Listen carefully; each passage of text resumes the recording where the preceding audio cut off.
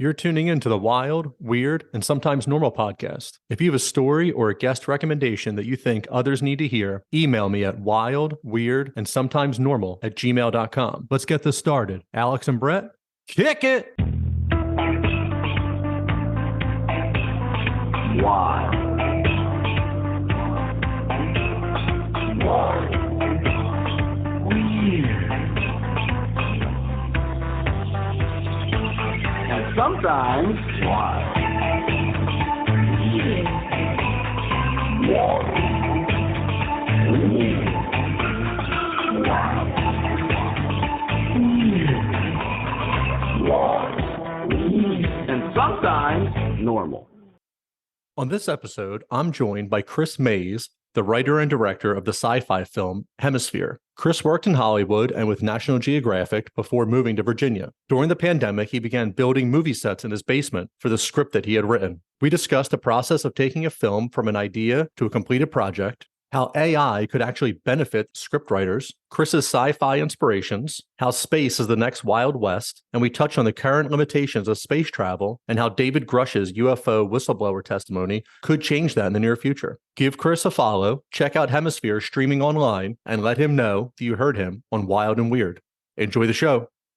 Are you looking to buy a home in New Jersey, escape the city and move to the suburbs? Finally purchase a vacation home on the lake or down the shore? Maybe you're one of the lucky ones who are retiring and moving out of state. If so, let me help you. Keller Williams and the Real Estate Professional Group have what you need to make your goals come true. Reach out and have a conversation with someone who will put you first. Contact Brian McCoach at 856-321-1212 or email brianmccoach@kw.com. Are you looking for CBD for your pet? My friends at Pure Pet Wellness have what you need. They use the highest quality ingredients. While other companies may use synthetic oils in their CBD, Pure Pet Wellness uses organic ingredients, organically grown hemp, organic coconut oil, organic shea butter, organic beeswax, and that's just to name a few.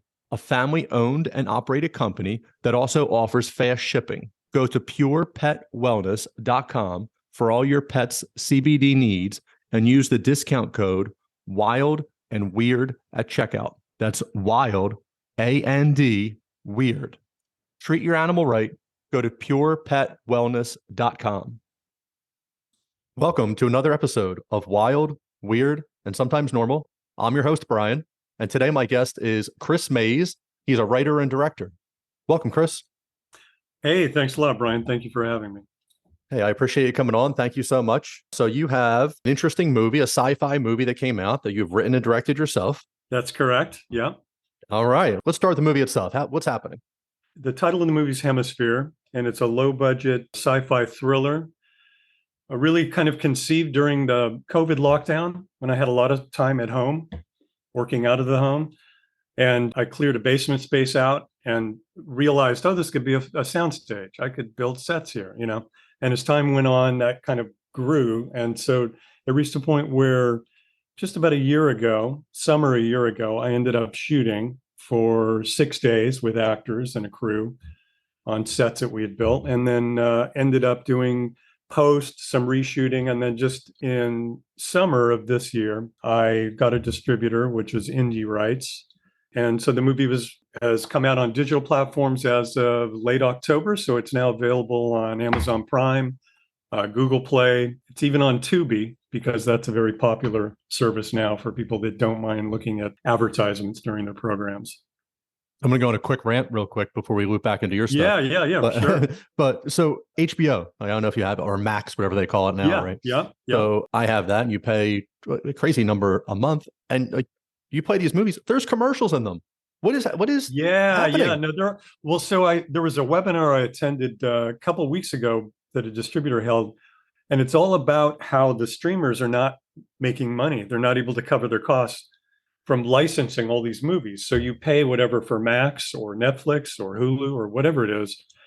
And it's at best it's break even, and some of them are losing money. So they've all started launching these parallel, the AVOD, ad-supported streaming services.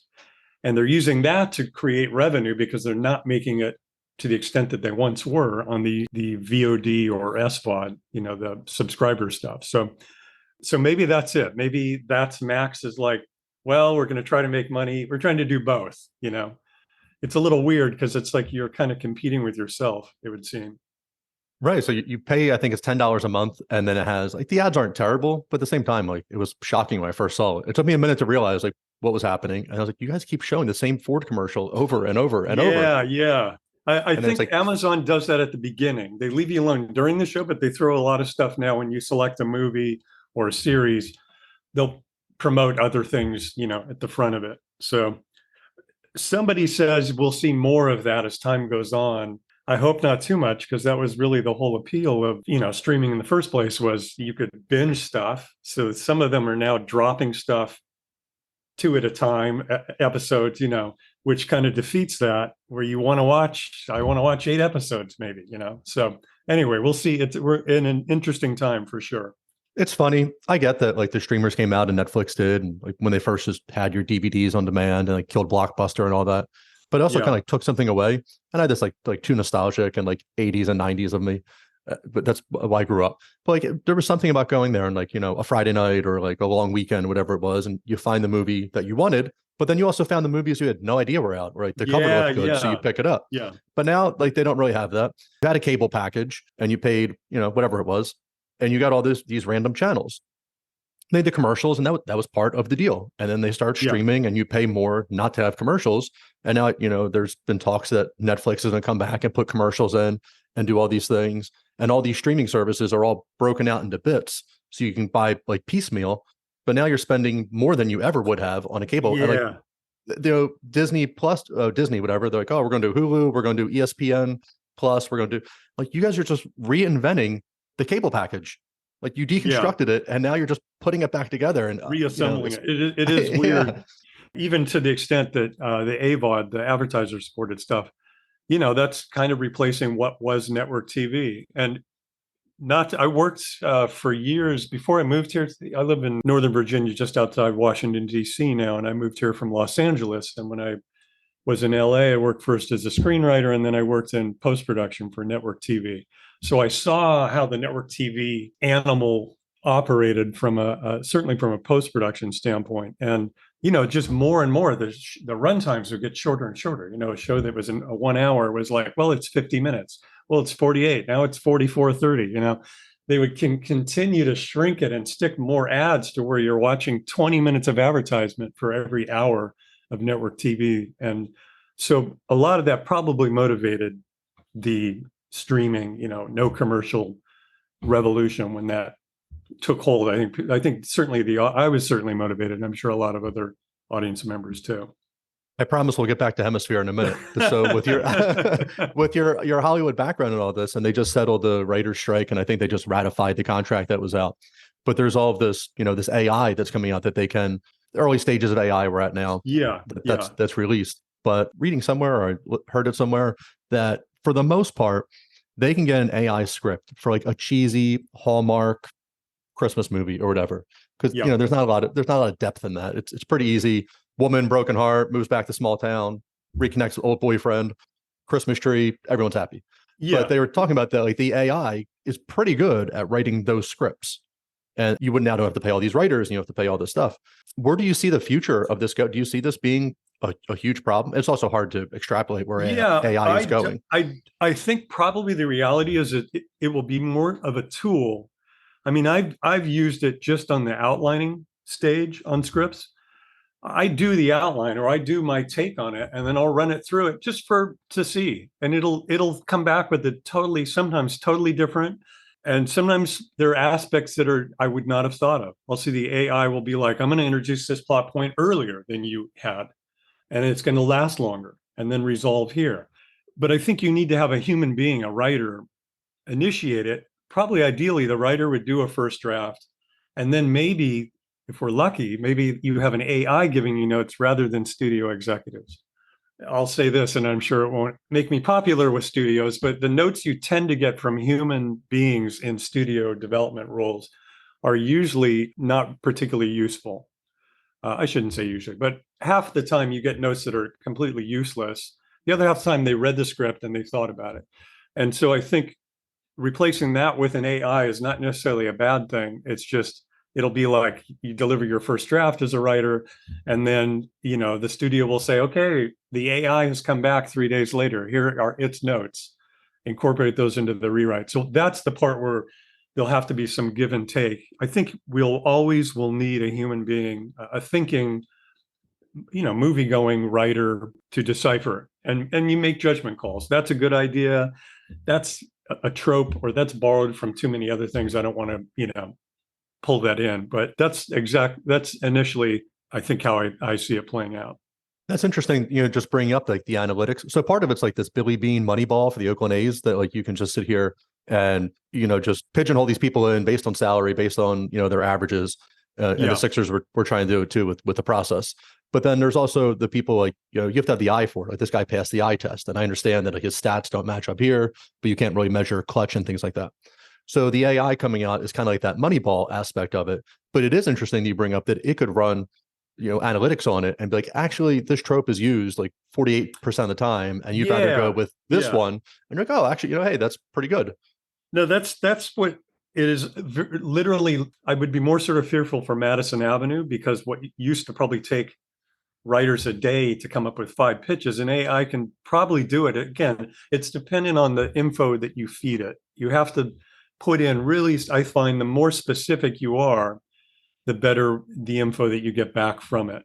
So if you say, I want to write a historical drama about Robert E. Lee and Ulysses Grant, and they go to Las Vegas together, whatever I'm making that up. But if you gave it very specific parameters and said, give me a synopsis or a treatment, a 2-page treatment, it'll give you something that will make sense, and it isn't like it's something that, that's not movie-ish. It will feel like, oh, this is written by a person, there's some good thinking that went into it. So I didn't actually, so I incorporated none of that on Hemisphere, except maybe on the post-production side, some of the AI that helps you clean up audio, that type of stuff. So that was, I guess good or bad, Hemisphere was sweating it out the old way of writing drafts and giving them to I had 2 producers on the project, and those are the people that gave me feedback that I then incorporated and got it to the point where I was ready to shoot. What kind of cinematic background did your producers have to give you insight? So you're talking about the Hollywood, they might not always be productive to what you want. Yeah. So Corey Krinsky was really the main producer on the project, and Corey and I had worked together at National Geographic about 7 or 8 years ago, and he was like my right hand. He was my coordinator. We ran the natural history unit, so we did wildlife shows, and I was a production manager for them at the time. And some point there was like one of their Green Fridays where they, you work a half day and save energy. He and I went out on the patio and we're talking, and he's like, we talked about sci-fi, and he was like, I love sci-fi. And I said, wow, I just wrote a script. Would you read it? And I kind of gave it to him thinking I wouldn't get back really usable feedback, because a lot of times when you give, a script to somebody who's not kind of in the industry or at least experienced with that, they'll give you very general sort of notes. And he had very specific feedback, and it sort of evolved into this ongoing, relationship where I would give him, for really up until 3 or 4 years ago, I still was pursuing professional screenwriting. So I would still give him things to read, and I always viewed him as a really useful person, particularly for sci-fi. He's very good at that. So he was an English major, didn't have any background. He's just was a moviegoer, which says a lot about my own feeling is probably your best training if you want to make movies. You can go to film school, which I did, and learn a lot and take classes. In many respects, the best thing is go see movies and talk about movies with friends and other like-minded people, and then try to make some things, try to shoot a short or something, with actors, and that's almost the best way to learn how to do it. There are aspects of it that are like a trade school. It's like if you wanted to learn to put up walls, and you learned, okay, I know how to mix concrete, cinder block, rebar. I need to, do this with grading the ground. You learn those things. And I think the same thing applies with filmmaking, that there are certain, you need, to have the script structured so that it will sort of support what you're trying to do. And then you build from there. So that was Corey. And then Jay Cappy was a filmmaker friend that I came to really during post, after we'd shot everything on Hemisphere. Jay and I met in film school. I went to UCLA, he was at USC, and we kept in touch over the years. And again, I gave him a cut of the movie, and I think I gave him a few sort of scenes cut together early on, not really expecting too much. And he's a very talented filmmaker in his own right. So he's more likely to give me, from Jay, I'll get really specific things. Do you have a cutaway of this? This shot goes on too long. You need a sound effect here. This is distracting. You don't need this backstory. Cut this part of dialogue. And so with Jay's notes, I can literally sit down and recut something. And he was very good at helping me zero in on the story more. No, I think that's great, especially talking about their backgrounds and the first gentleman not being too much into the directing or the writing, and then just being a moviegoer and then seeing, like, we know what we want to see sometimes. And maybe if you're too deep into it, you can't give the right feedback. So I think that was pretty good, for him to do that. And then it was interesting, your other friend being the filmmaker having that. The executives at the Hollywood studios, it's not like you're the best writer and you get promoted to vice president of the studio, or you're the best director. And you would think that's kind of but they're running it for dollars and it's a business. So I get that. But the people giving you feedback on your script, like, they're not comedians, or they're not into the sci-fi so deep, and like, there's just, writing majors, or they just happen to just climb the ladder the right way. And you're talking about, for professional or for Hemisphere? But that was for professional. So I like what you did, and obviously there's probably multiple ways. You can see Hollywood's a billion-dollar business, multi-billion-dollar business. Yeah. But also having people who love movies, and then someone who has the experience. Where in the Hollywood world, the ones giving feedback are they seasoned vets of making movies? Right.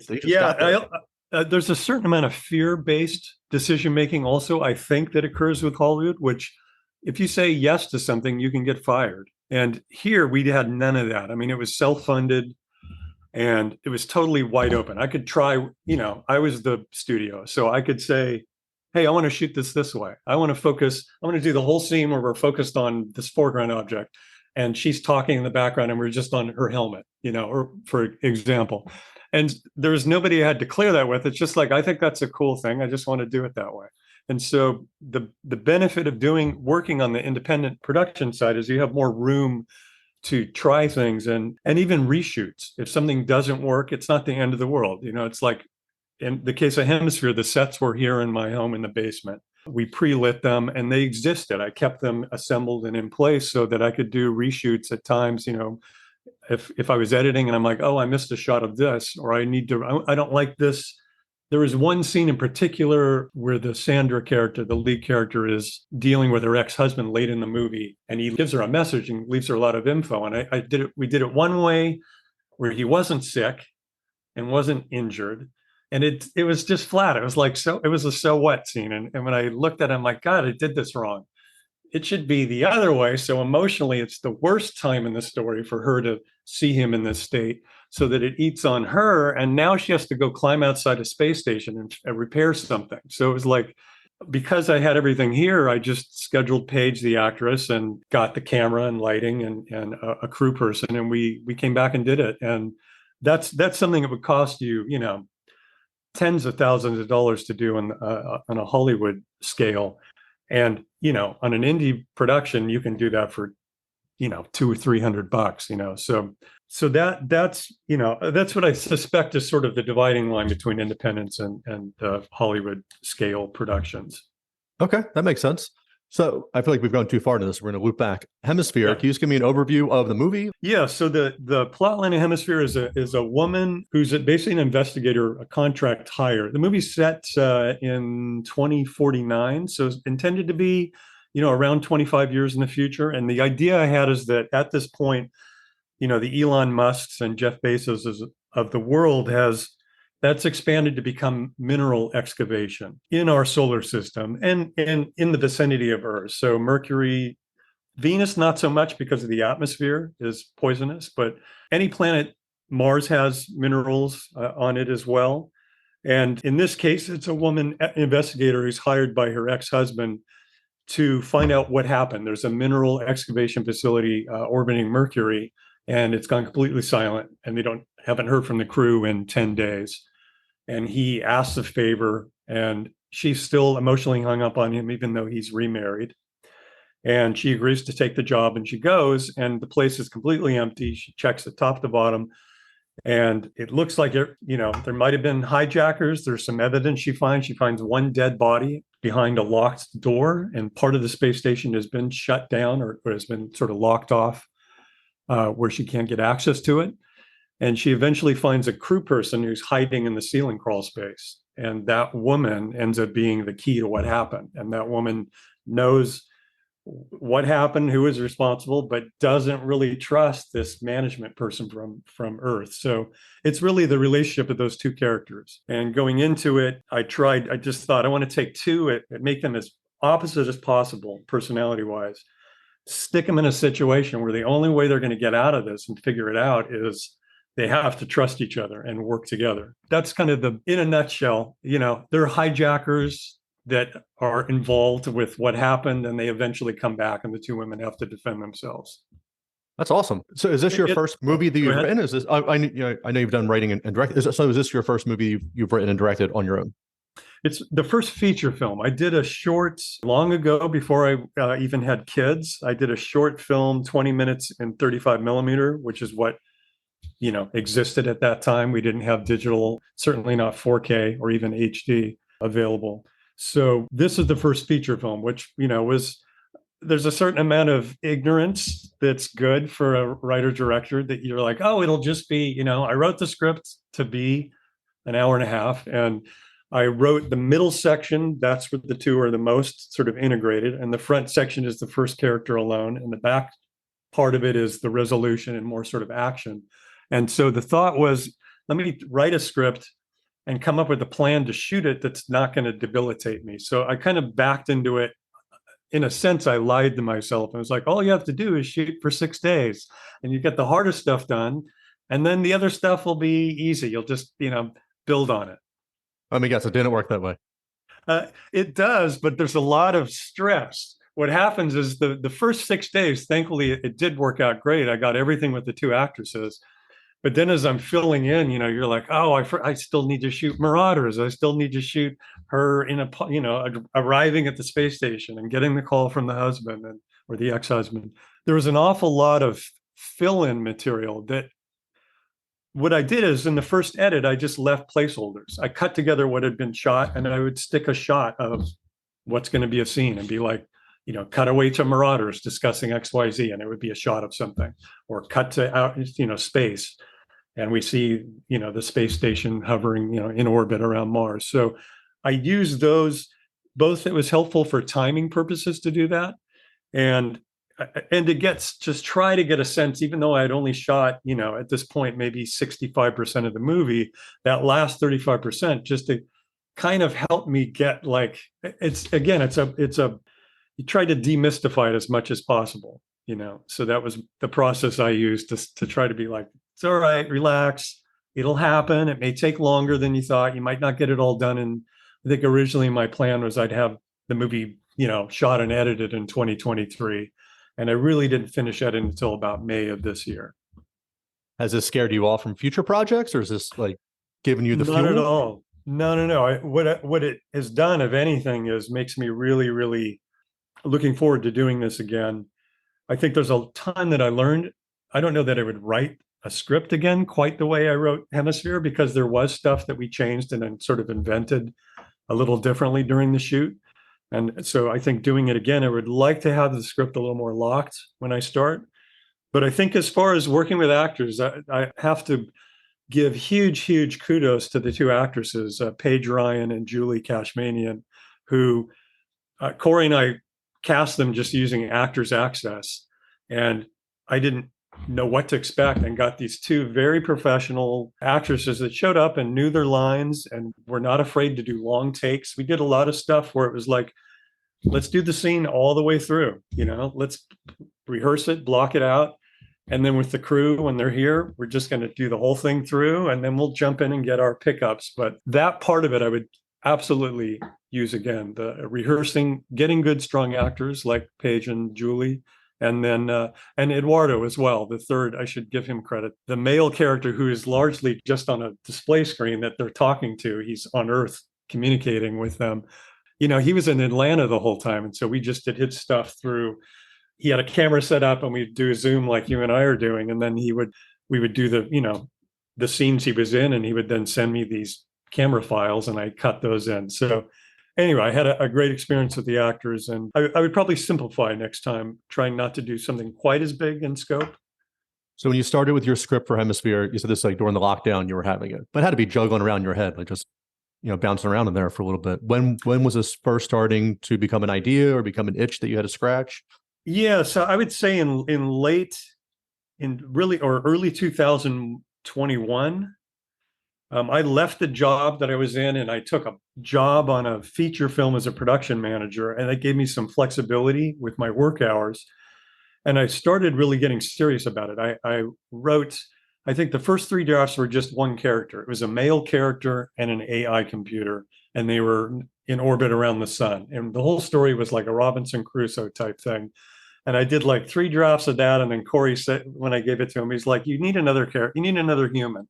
You need two people to build this out better. There's dialogue and you can have them bump heads a little bit. So it took me probably about a year and a half total of writing 7 or 8 drafts of it to where I zeroed into, this is the story I want to tell. I want it to be, there's something wrong, the crew's gone missing, someone's dispatched to figure it out, and it's more like a murder mystery with thriller aspects in it. So that took, all in all, probably about a year and a half. And during that whole time, I was building, kind of to my wife's dismay, these sets in the basement.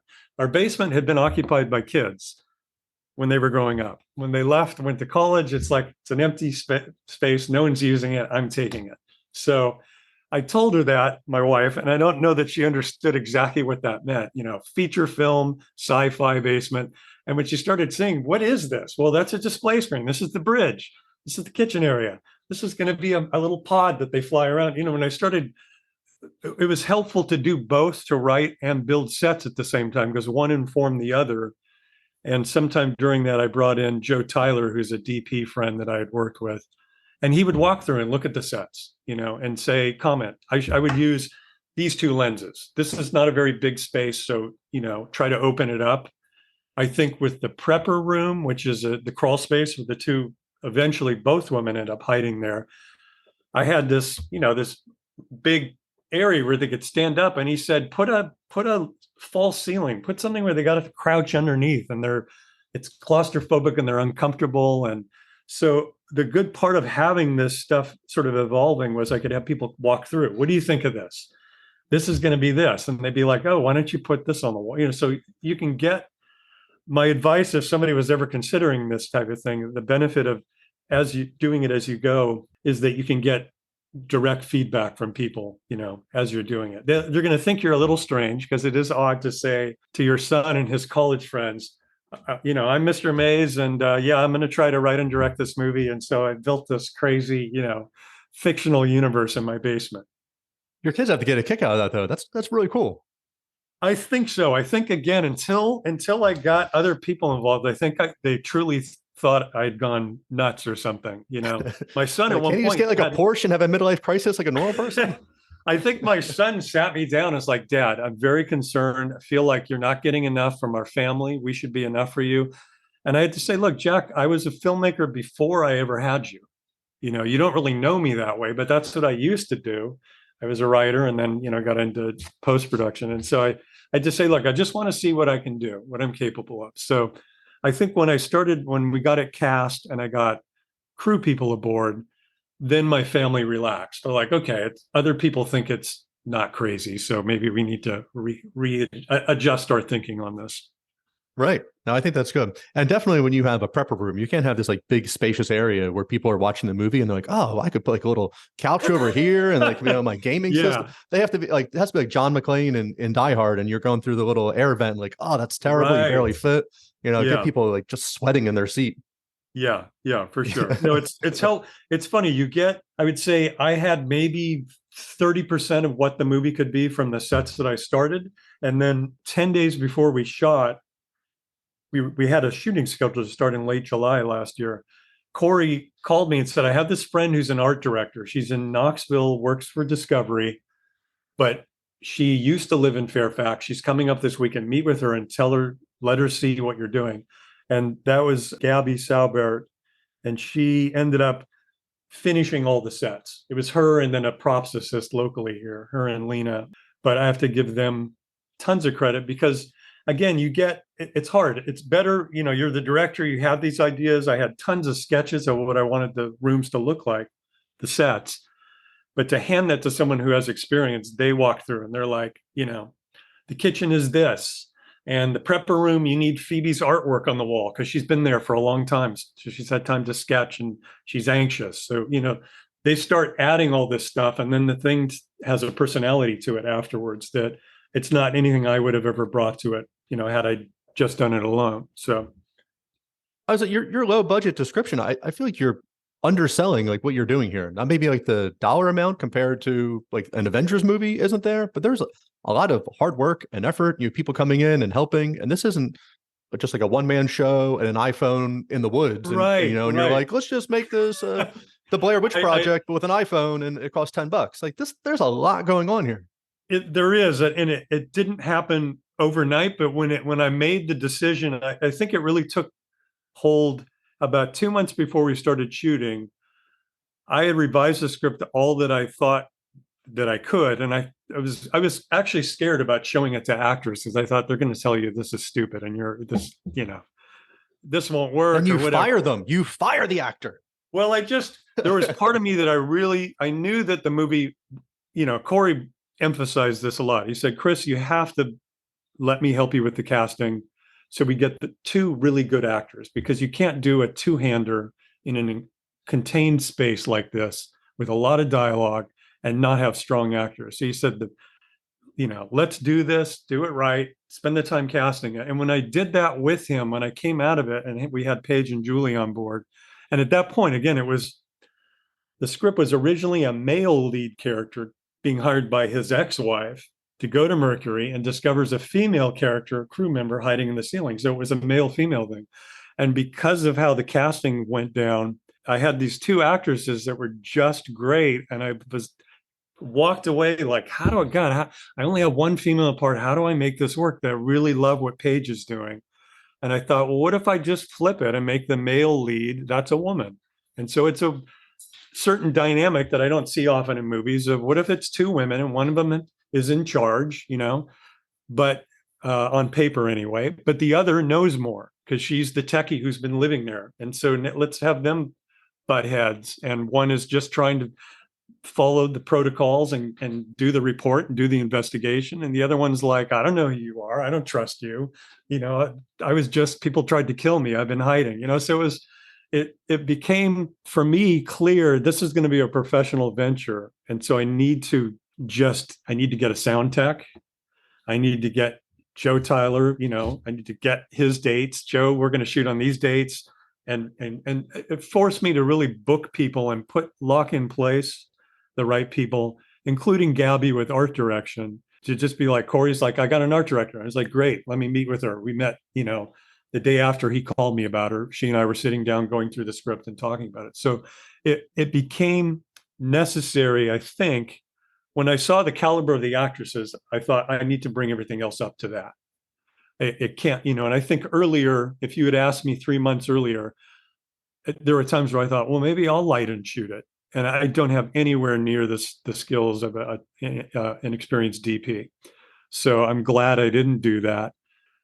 To your point, I think that I would say that for any person making a low budget film, even if you only have a crew of 3, which is what we really had, me plus 3 other people on the crew, and then the 2 actresses. So it wasn't big. Even in that scenario, as the director, you're giving it to them. So you're saying, I have storyboards, or we blocked it out. This is how I want to shoot it. The DP will say, what about red light here? What if I do this? Or you have it this way. What if I move the camera over here so the background's more interesting? You let them do all that.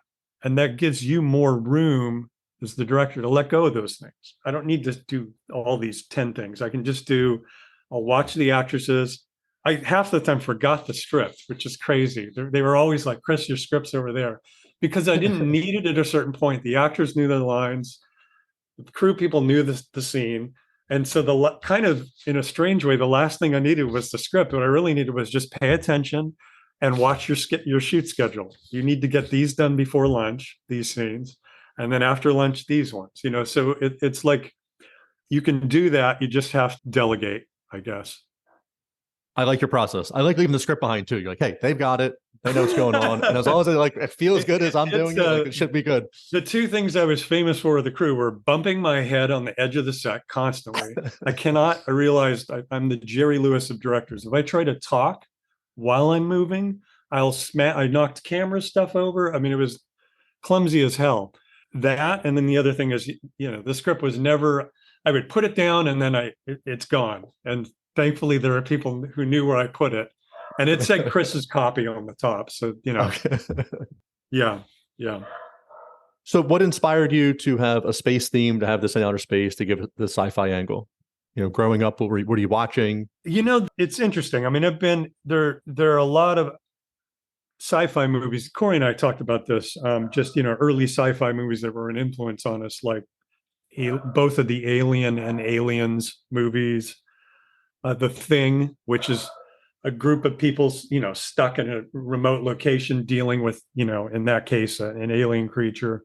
Another movie that's actually a movie that I'm quite fond of is Panic Room, which is a Jodie Foster, Kristen Stewart movie, where a huge portion of the movie is the two of them are stuck in this room, and there's stuff going on outside it, but it's an amazing achievement. Dave Fincher, David Koepp, I think, wrote the script on that. It's an amazing achievement to make something that is that tense. So I think those things, and then there's something about space. It's dangerous as hell. I guess my documentary experience with Nat Geo was that we did a couple space movies, and you realize it's really, really inhospitable and unforgiving space. There's no oxygen, no gravity. There's tons of solar radiation that'll kill you if you're not shielded. And so in my head, I was always, this is the most, you could set anything. You could set a kindergarten classroom in space and it could be terrifying if the wrong things happen. So I think I've been kicking it around probably for, 10 or 15 years in various ways.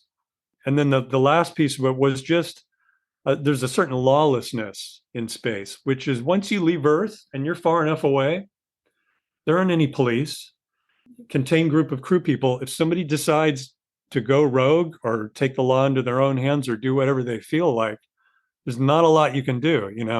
If you call the police, maybe in 2 weeks they'll show up or whatever, so a couple light years. Yeah. So those elements were like, there's got to be a way to tell a really good thriller and hopefully convince people that we're really in space. We're really out in this small part of what is supposed to be a large mineral excavation facility. What we're really just seeing is this little contained living area portion of it. So space is going to be our new Wild West, whenever Elon and Jeff Bezos are able to settle up there. And they cover that like a little bit in Star Wars, like Han Solo has a smuggling compartments and maybe the Empire is going to board your ship and things like that. Yeah. But there's going to be these outposts, and all these things like, so I'm just regurgitating Star Wars lore to you, but there's going to be all these outposts of like where the police are going to be, and they're not going to be there. And like on the ocean, if you're getting hijacked, like there's a way to fight. And if your ship is hit, like maybe you're going to sink, maybe you're not. But if your spaceship is hit and there's a hole in it, like everything's getting sucked out. And like it's just like destroyed. Like it's really this horrible, horrible place. Well, wasn't it? They recently had a group of people that went in a submersible in the Titan, down to go see the Titanic. Yeah, and the thing just imploded. It was a carbon fiber thing, and it's like, and they probably had a millisecond to think, oh shit, and it's like, nope, you're dead. It's over. I was gonna say, so in the ocean, everything's trying to get in, and in space, everything's trying to get out, right? So I mean, like this is like things that I can't even comprehend. Of like, how do you decide? Like, I'm going to build a submersible and take it down 3,000 feet to go look at the graveyard of like one of the most famous ships, and then it explodes, and people are, it was big news for a week or two, but now people are probably like, oh, let's go build another one. Yeah, it is, I guess, part of the human nature or our curiosity is that we're always exploring. It's there, it's the unknown, so we have to go into it and see what it is. But there's one thing that I do think we'll see more of in the future is robotics in space. And remind me before we're done with the podcast, I actually have a reveal with Hemisphere and that topic. But love it.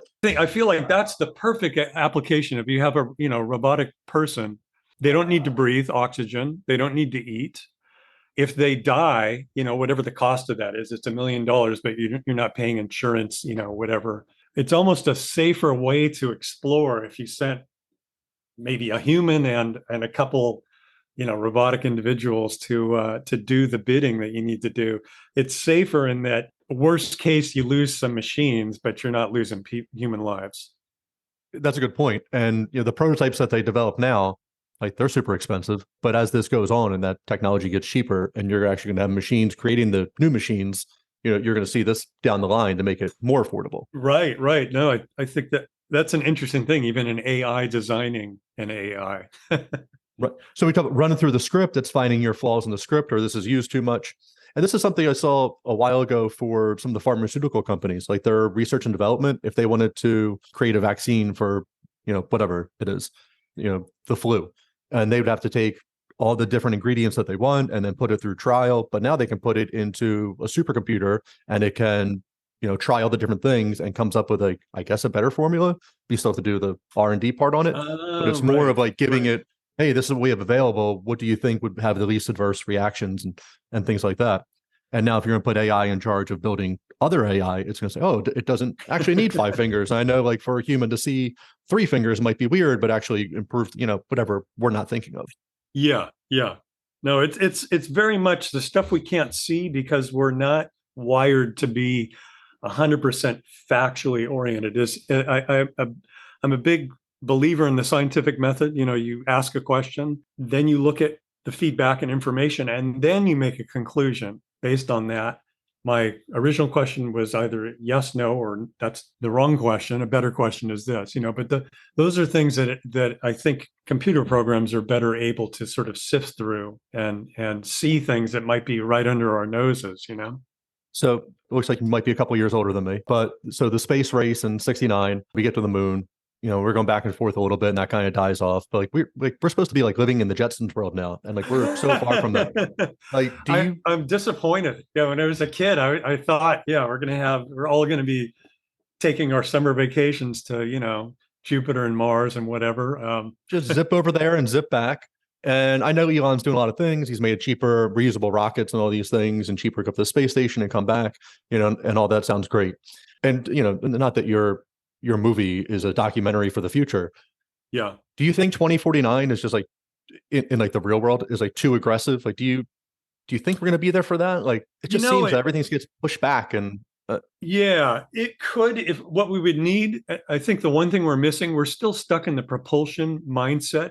We're actually, everything's Newtonian physics now, which is inertia and that sort of thing. So even the rockets you use are these massive, heavy, it's like they're a massive sledgehammer to get you out of the Earth's atmosphere. And then once you're out, it's fairly easy to pop around the propulsion needed for that. I think we'll need a revolution in propulsion systems, either an ion engine or something that's using particles or something that you put in a little bit of energy and get a massive amount out. And we don't have that yet. So we would need that to be able to not including, how do you deal with human beings, their body's adjustment to, major G forces. If you accelerate to 12 Gs, the person's going to be, a pile of mush when you open the capsule afterwards. So I'd say the short answer is for Hemisphere to be a reality, we would need some major technology to kick in.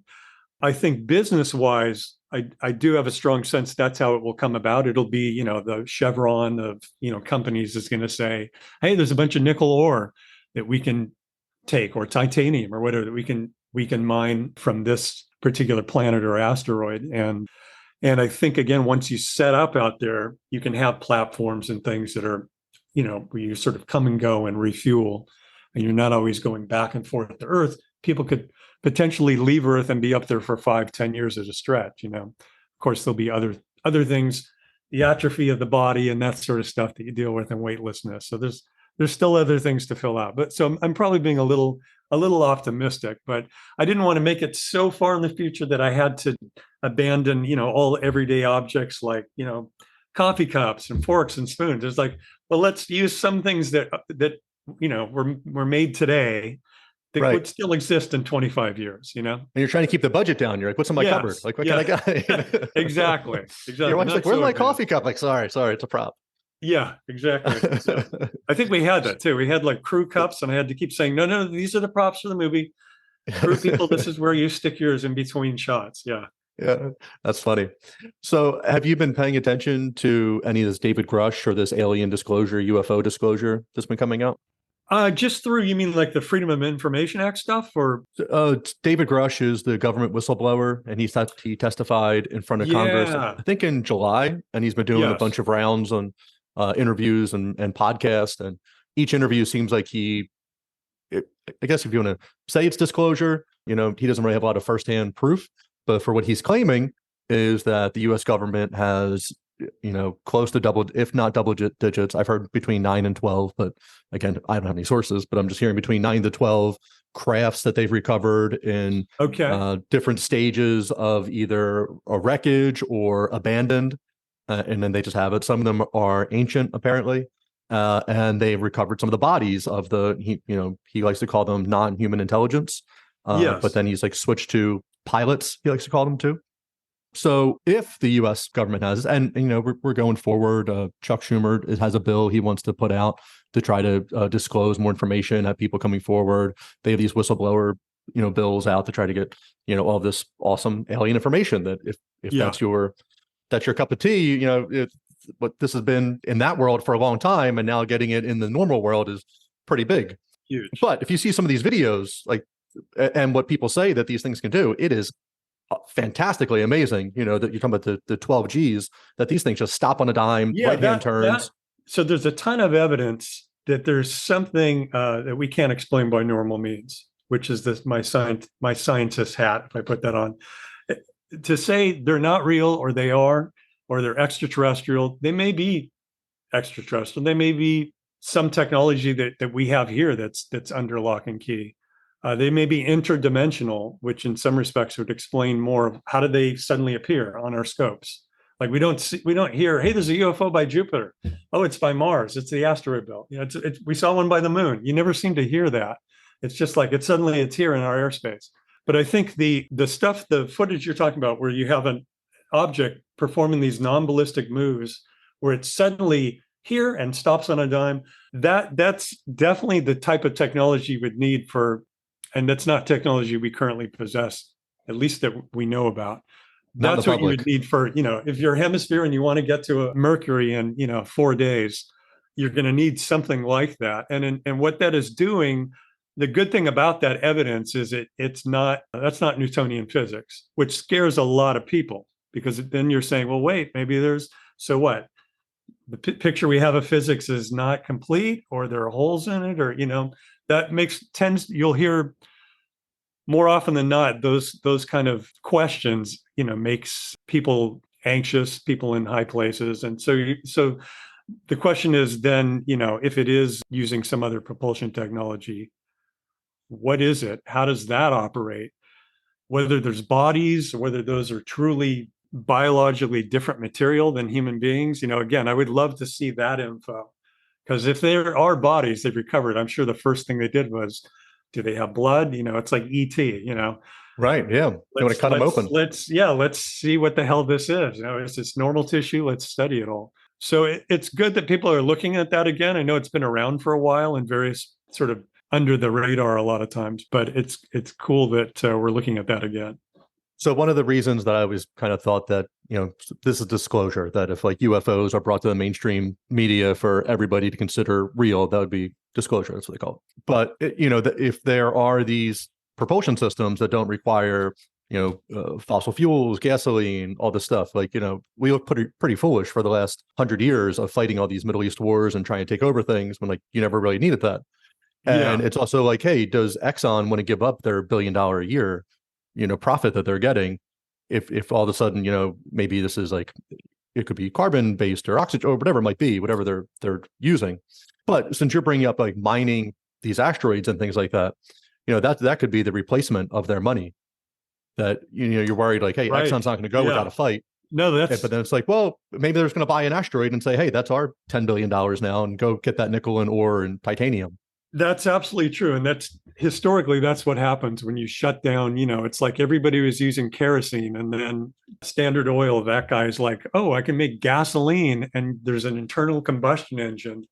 And that evolved into automobiles, because of that thinking, where it was like everybody was doing railroads and kerosene for their lights. And that became light bulbs and electricity and, internal combustion engine. So historically, tends to be how it evolves. You close the door on one thing, and it's like, oh no. It's like, no, put your resources, shift, and put them into this new thing. And there are tons of opportunities, I'm sure, in the new technologies.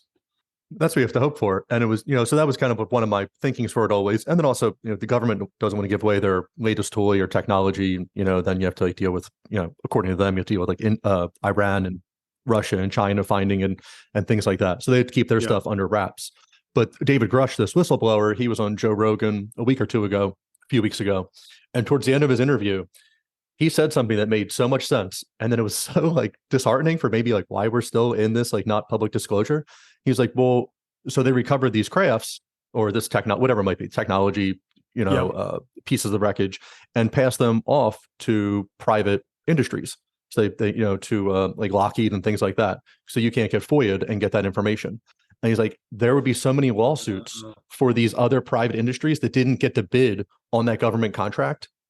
And he's like, so like he thinks that's one of the reasons that it's slowing down like the disclosure, because you're gonna have all these other companies that like, I didn't get a chance to build $1 trillion thing. I didn't get a chance to do this or increase. So it's just like the red tape and it's just maddening. It's like, come on, like give us the cool stuff. Yeah. No, it's the status quo stuff is very strong. It's again, when we proved that the Earth wasn't the center of the universe, that scared the shit out of a lot of people, and they squashed, whatever, they threw people in jail. It's like suppress. I think jail was good. They threw people in the fire. I think jail would have been fine for some of the people. Yeah, maybe. Yeah. But the idea is that you're suppressing something that you're scared of, and eventually it's going to get out. It's like, if it's possible, somebody's going to figure it out, even if it's the government's got it under lock and key. A private individual is going to be like, well, I just built an anti-gravity device in my basement, So there'll be very likely things like that popping up too. But I think that there is some level of it that's because it doesn't, you can't explain it. Someone said to me once, I know we talked about remote viewing or something at the beginning, that in other countries like Russia and China, they use it all the time, remote viewing. They don't care that they can't explain it. They're like, it's part of normal science. We just haven't figured it out yet. It's only in the US that we say this simply can't be. This has to be fake. They must be faking it because it doesn't fit into our picture of how physics works.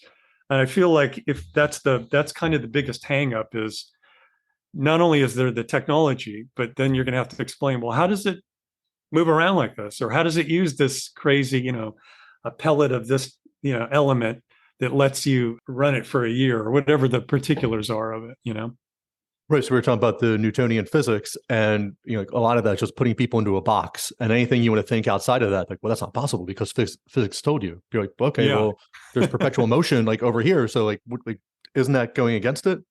And there's also fascinating articles I've read and podcasts I've heard of people just going through the patent office. You can like search through patents, and then things that are the government will just sweep up under national security. So getting towards some of that anti-gravity, like what's described in the patent, that's now no longer to be developed. And it's like, wow, that's really fascinating that in the 50s, 60s, 70s, like there was like news articles on Time magazine about anti-gravitational that they were doing in the 50s. Like, oh, we almost broke it. And then it's off the front page. And for 60 years, it's just, kooks talking about it. Like, exactly. Time magazine talked about like, how close were we? It's far more credible that, to me, that's just the disinformation campaign. You just label them kooks, whether it's the psychic phenomenon stuff we were talking about, that suddenly it's like, oh, it's crazy. They're all crazy. There's no anti-gravity.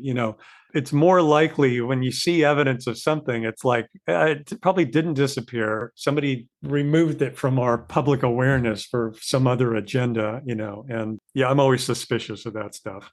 Things shouldn't just disappear one day, That, as I get older, you have this like pie in the sky view growing up, and like, hey, we're gonna have world peace one day, and like everyone cares about each other. And then as you get older and older, you're just like, nope, none of it. It's all just run by, whatever piece of the government or company or whatever it might wants to be. Like they just want as much control as they can, and just kind of keep people in the same thing. And it's just a shame that some of this technology I really think could improve a lot of people's well-being. You wouldn't have to deal with all this, as I talked about, just like this nonsense.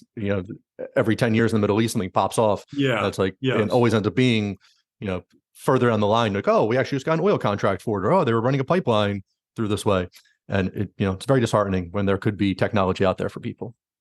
I mean, the hope too is with space exploration that would be a unifying thing. If we're all collectively looking at how to expand off planet Earth, that is really a human endeavor.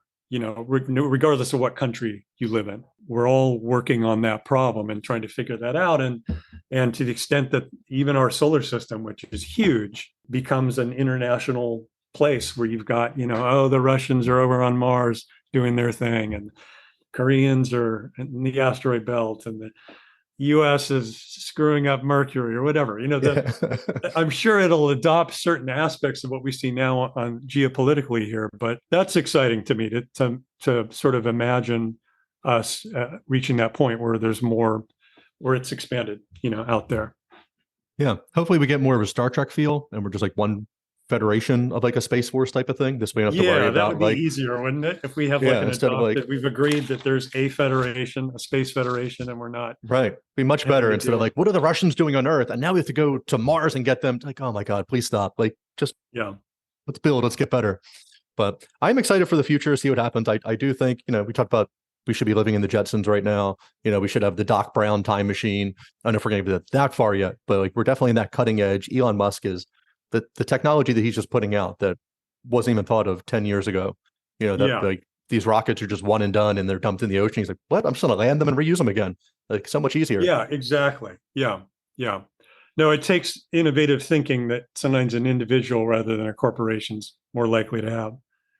Two things I wanted to mention just before whenever we wrap this up. I need to give a shout out to Marcus Manderson, who is our composer on Hemisphere, who came in during the rough cut, and I gave him very limited, I want a soundtrack that's kind of like this, kind of like that. I'm not a music person. I gave him very limited stuff, and he very quickly turned around, I think, 8 cues for the movie that were had long beginning, middle, and end, that I was able to edit them and cut them up and use them in different ways. He was a huge help.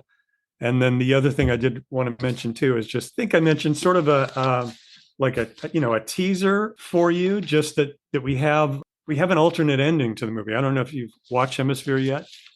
I had work yesterday, so I do plan on watching it this weekend. Good. Yeah. Well, when you watch it, keep this in mind. But there is the Phoebe character, who's the woman who's in the crawl space. There's kind of a running thing with her, is she, isn't she? And it involves cybernetic, whether, she potentially, there's something called XD17, which is this sort of secret initiative that's going on underneath the main part of the story. And I don't really explain currently what that is, but the alternate ending in the movie is that it involves cybernetics in a very particular way that it relates to this character, Phoebe, who's been in the crawl space. So anyway, like Bishop from Aliens?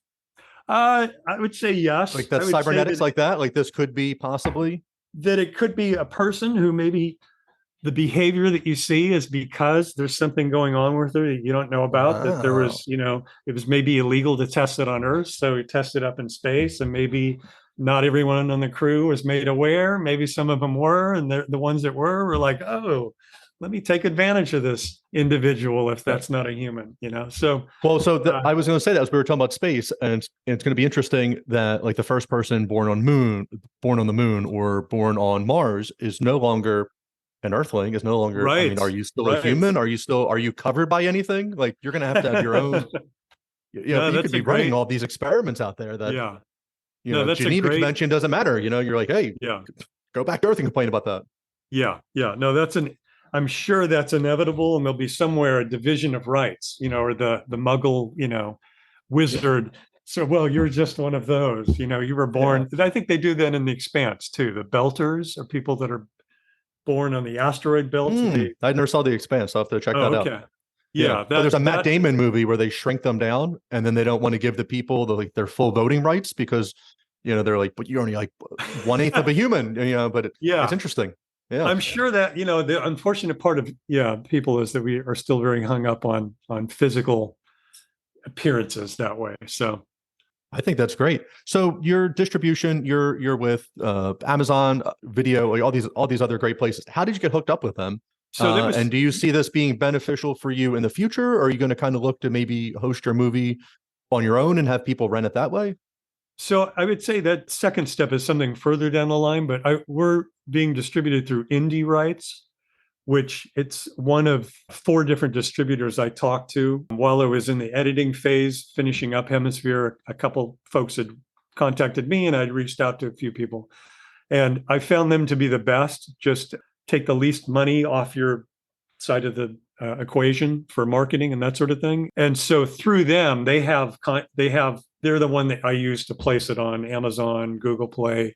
They're going to con in May, and we'll do international at that point. They're really, really good at it. They give you really helpful feedback. Look at your posters, look at your material, how you're pitching this. How they gave me very, very specific info that informed how we marketed on Instagram, Twitter, Facebook. So this is my first time doing this, so I'm so far very pleased with them. I would see doing that again.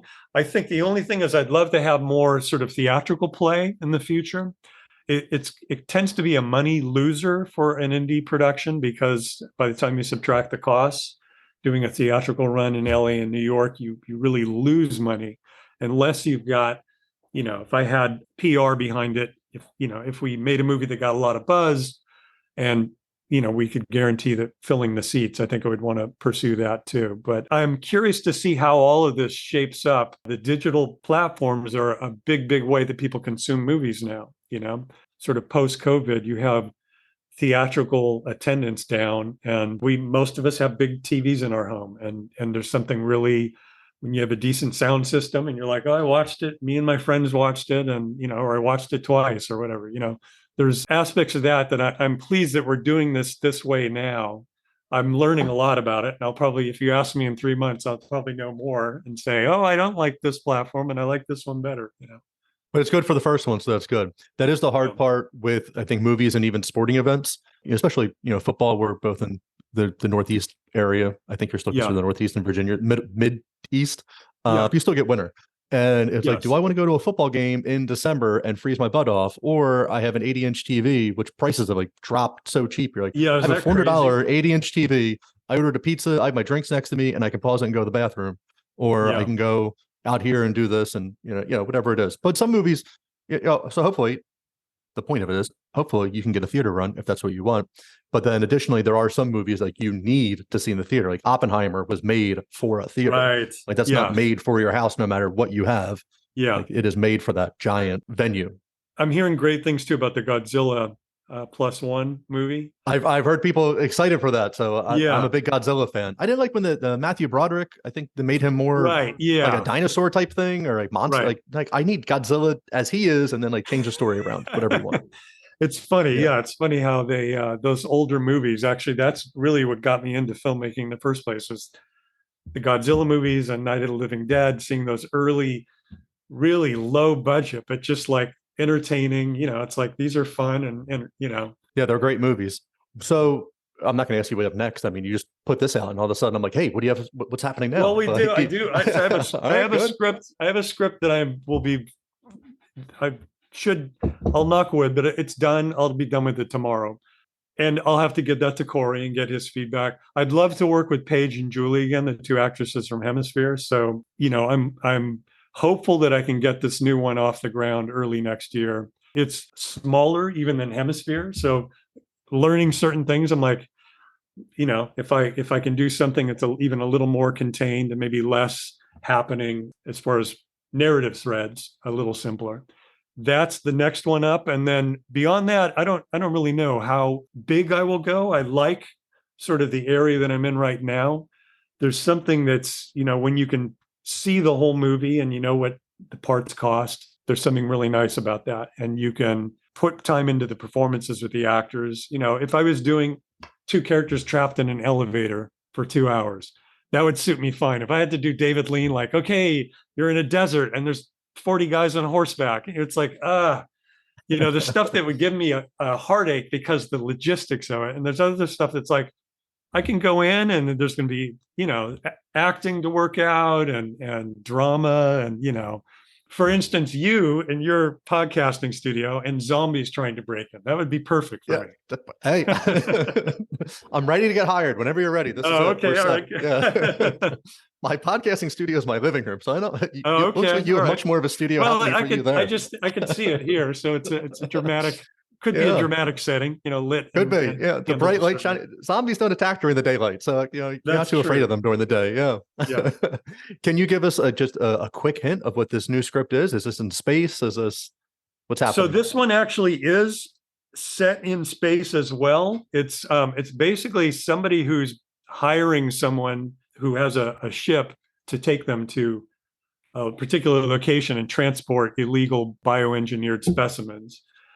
And they have an AI unit with them that malfunctions.